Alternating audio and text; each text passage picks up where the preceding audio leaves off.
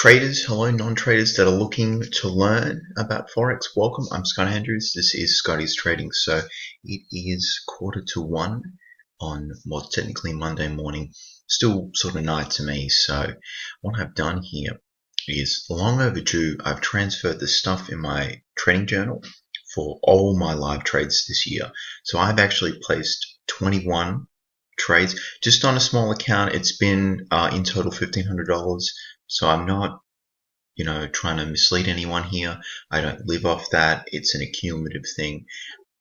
But what I want to show you is, what I've done and, what I've learned. So immediately what we'll do, and I've been meaning to do this all year and I've just let it sort of go. So this weekend it's been a bit of a project and I've just finished it and I'd like to share with you what has happened. So out of the 21 trades, 7 were winners, and a winning trade is if it hits 2%. So I aim for at least a 1R. If it goes to 1R, I move the stop loss to break even, and then it sort of goes from there. So yes, I haven't actually got a decent runner yet. It's still obviously the middle of the year, and I will try and articulate myself as best as possible. I just thought I just put this video out now because when it's fresh in my mind. So 8 losing trades, 6 break even. So obviously I'm sitting at 30% win rate.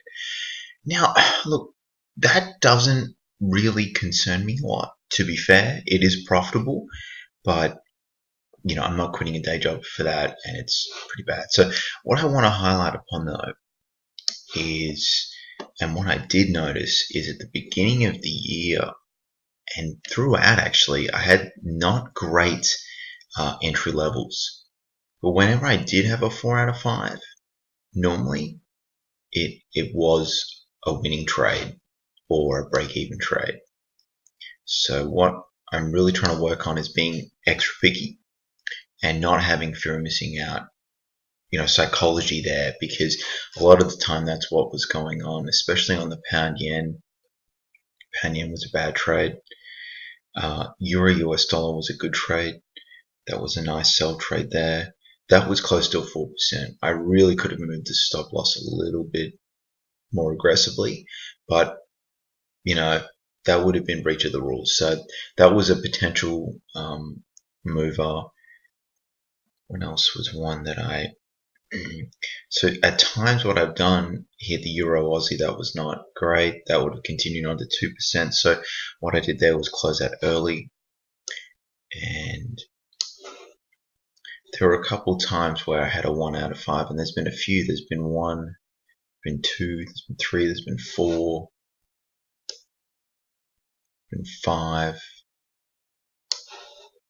do this again. 1, 2, 3, 4, 5.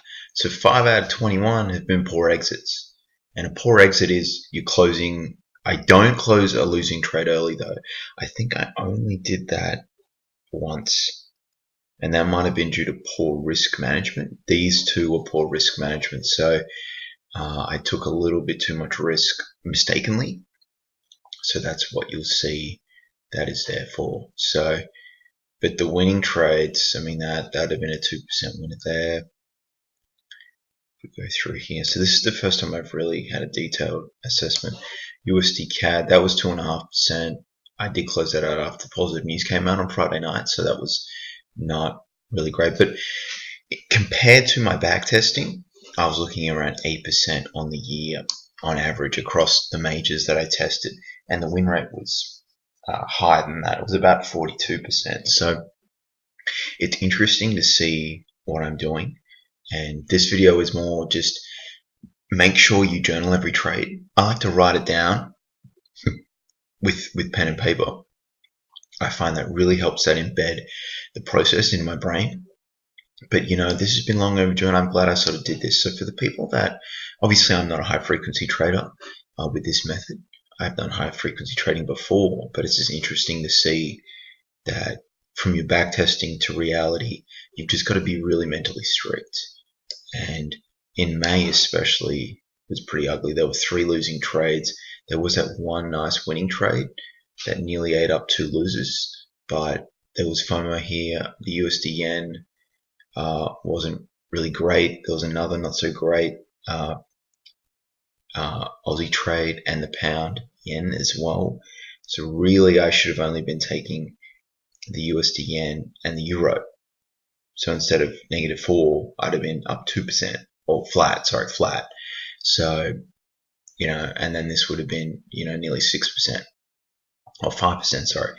So it's a little frustrating, but I've just got to keep on plodding away, and I'll be updating this monthly is what I'll be doing. So June is looking better.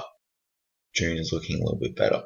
So, in regards to trade setups, I went over that in my previous video. So I won't be doing a watch list.